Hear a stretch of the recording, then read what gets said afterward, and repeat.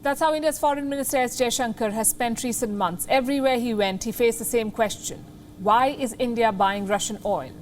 Guess the scrutiny is only going to increase in the weeks ahead because India is buying more oil from Russia than ever before. Russia has become India's second largest oil supplier. Russia has beaten Saudi Arabia to take this spot. So this is what the sellers list looks like now.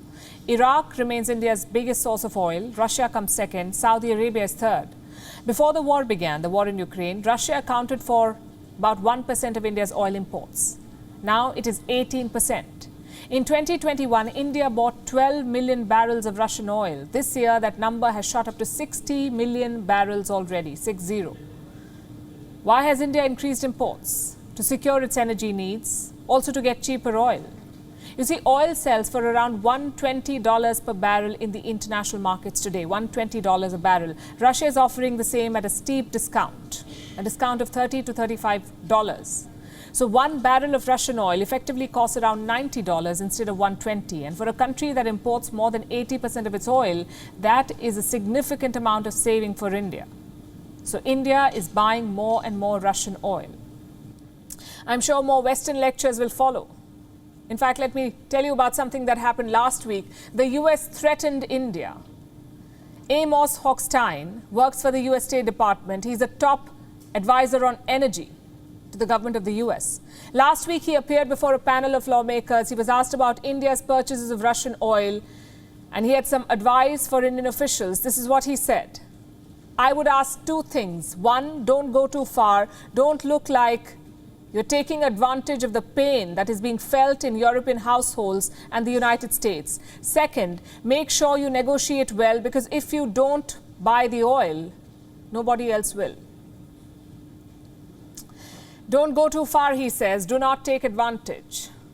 This is what the US is saying to India. Will it make the same threats to China? Will it send the same message to Europe? I ask this because Europe and China form the bulk of Russia's energy market. Europe has been Russia's ATM. In the first 100 days of the Ukraine war, Europe bankrolled Russia. Then we have China. It has poured billions into Russian coffers. Let me show you some numbers. Russia invaded Ukraine on the 24th of February this year. In the 100 days that followed, it sold almost $100 billion worth of energy. 100 billion in 100 days. Moscow earned $48 billion from crude oil exports, 25 billion from piped gas, 13 billion from oil products, 5.3 billion from LNG, that's liquefied natural gas, and $5 billion from coal exports. So this is what Russia earned in the first 100 days of war. It was less than usual, but still significant. Now, Russia was spending close to $900 million every day on this invasion. It was earning billions in energy revenue, so war expenses have not been so tough to manage. Next question. Who was buying Russian energy? Who was buying all of this oil? The European Union, they got the lion's share. How much? 61% of all Russian exports went to Europe, 61%. Now look at this chart. These are the top 9 buyers of Russian energy: China, Germany, Italy, Netherlands, Turkey, Poland, France, India, and Belgium. What do you notice?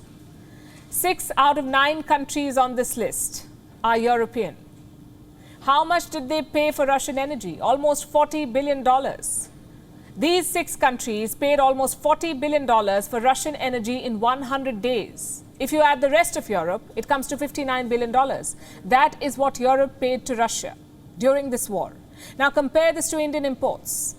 India is the 8th largest buyer of Russian energy. It bought 18% of Russian exports.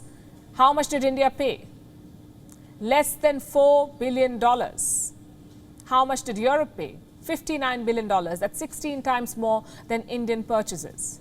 So the Western hypocrisy is there for you to see in numbers.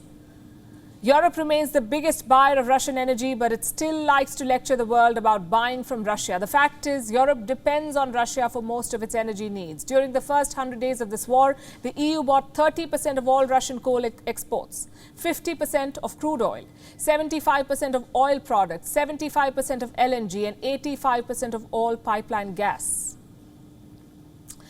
Now, Russia has another big market for its energy.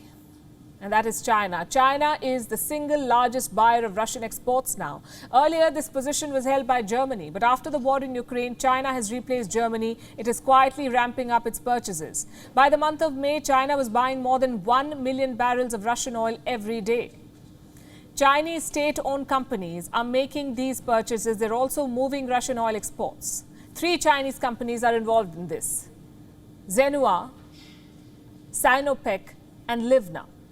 They send their ships to Russian ports to pick up oil. One of these companies, Zenhua, has even chartered ships. All this oil is going to China. Just like Europe, China is buying other Russian energy exports as well. There was a major spike in the month of April. Chinese imports of Russian energy increased by 75%. This includes oil, gas, and coal imports. Beijing bought more LPG from Russia as well. Imports of Russian LPG have increased by 80%. Europe has recently made a lot of noise about cutting down on Russian energy. But the data shows that none of that matters. Russia has already lined up a new buyer. China can effectively replace the Europeans. China can keep its economy afloat by buying Russian energy. But the West remains obsessed with India and Indian imports of Russian energy. The fact is, sanctions have failed to put a stop to Russian energy purchases. The West might criticize the world for buying energy, but it cannot put a stop to it. WION is now available in your country. Download the app now and get all the news on the move.